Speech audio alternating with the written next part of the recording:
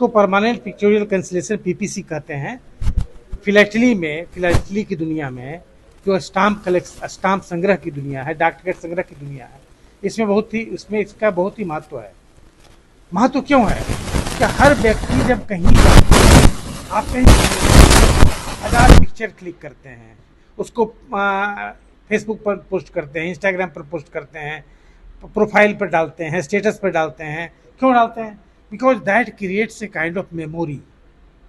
तो जब आप कहीं गुजरते हैं, कहीं जाते हैं, जैसे आप कोई विदेश के आदमी या कोई दूसरे राज्य के आदमी बिहार आएंगे, बिहार में पटना आएंगे, पटना में जीपीओ आएंगे, तो यहाँ से या तो अपने डाक सामग्री पर, चाहे पोस्ट कार्ड, इनलाइन, इनवेलप, इन चीज़ों पर, या कोई उनका पिक्चर पोस्ट कार्ड हो, या उनका कोई स्टाम्प बुक हो, या कोई उनका बुक हो, तो उस पर एक कैंसिलेशन करवाएंगे।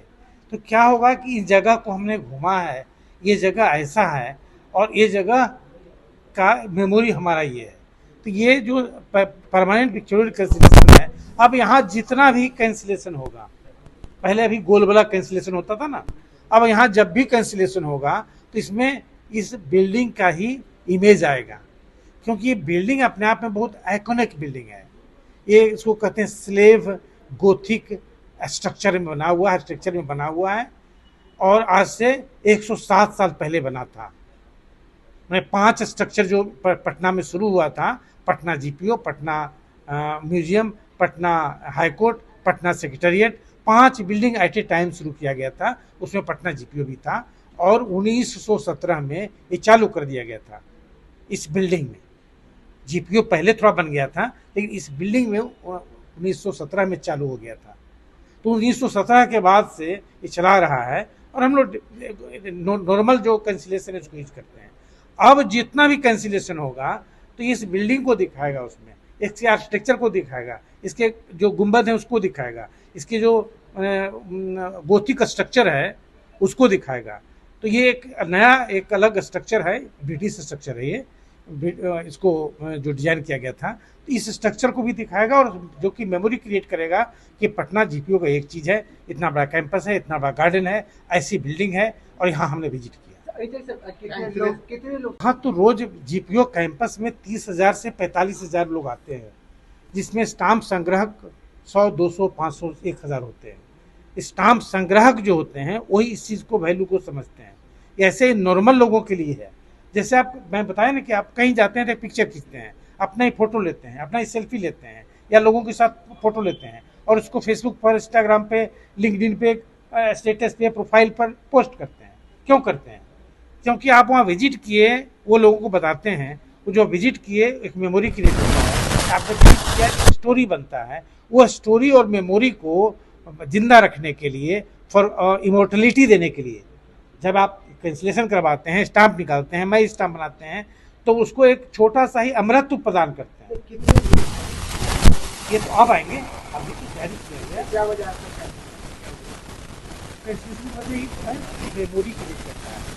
आप जैसे अभी कैसे गोल वाला जो स्टाम्प होता है, गोल वाला स्टाम्प यहाँ भी कैंसिल होता है, वहाँ भी कैंसिल होता है, वहाँ भी कैंसिल होता है, वहाँ भी कैंसिल होता है। तो ये पटना जीपीओ जो एक यूनिक बिल्डिंग है, आइकॉनिक बिल्डिंग है, इतना बड़ा स्ट्रक्चर इसका है, इतना बड़ा इतिहास है पटना जीपीओ, और इस जगह का बहुत बड़ा इतिहास है। आप लोग पता होगा ही, ये इस जगह, ये यहाँ पर डाकघर कितना साल से पुराना है जानते हैं?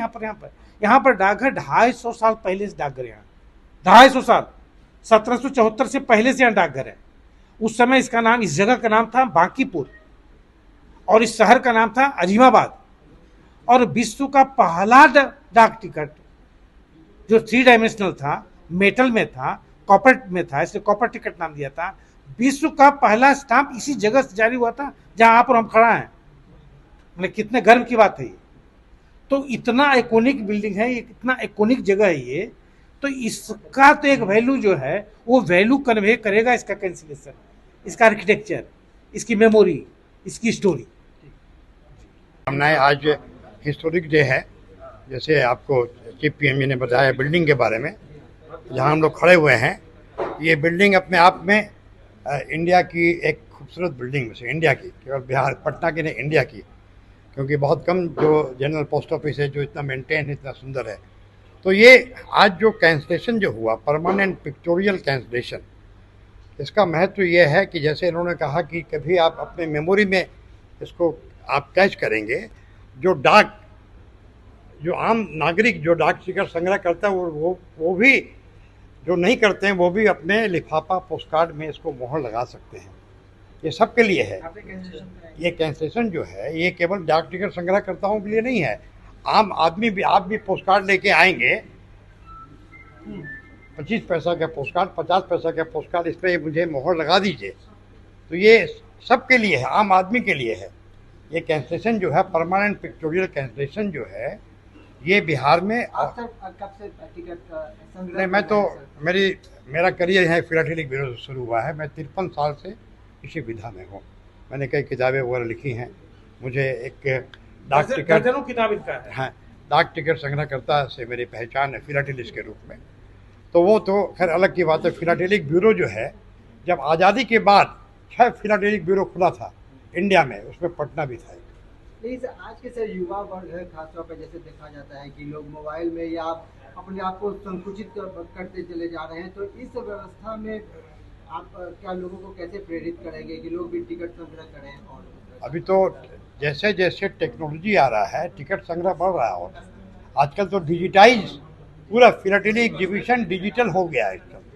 ऐसी बात नहीं है। बात ऐसा है, जो टिकट संग्रह करता है एक क्रिएटिव हॉबी है, उसको तो फिजिकल दिखाए या डिजिटल। आप जो करें ना, बहुत ही महत्वपूर्ण सवाल है।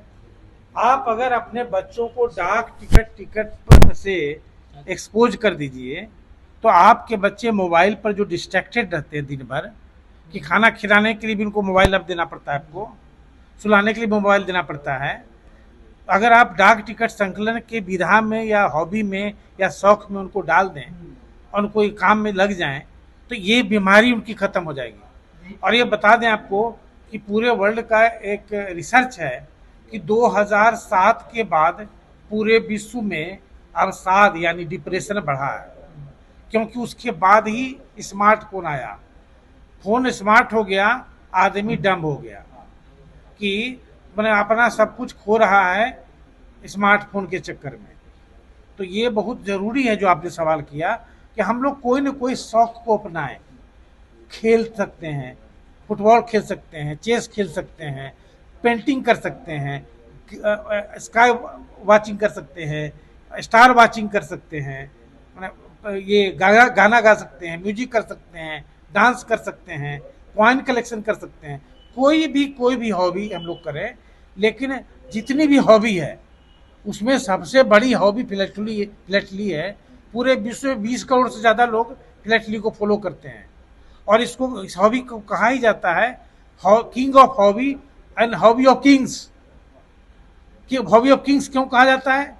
क्योंकि एक डाक टिकट का दाम 5 रुपया है, तो कल 5.25 रुपया, परसों 5.5 रुपया, और आज के 10 साल, 20 साल, 50 साल के बाद उसका दाम करोड़ों में होगा। जिस टिकट की बात हम लोग कर रहे हैं, यहाँ पहला टिकट जारी किया गया था, उस टिकट का दाम आज करोड़ों में है। एक आने का टिकट करोड़ों में आ जाए।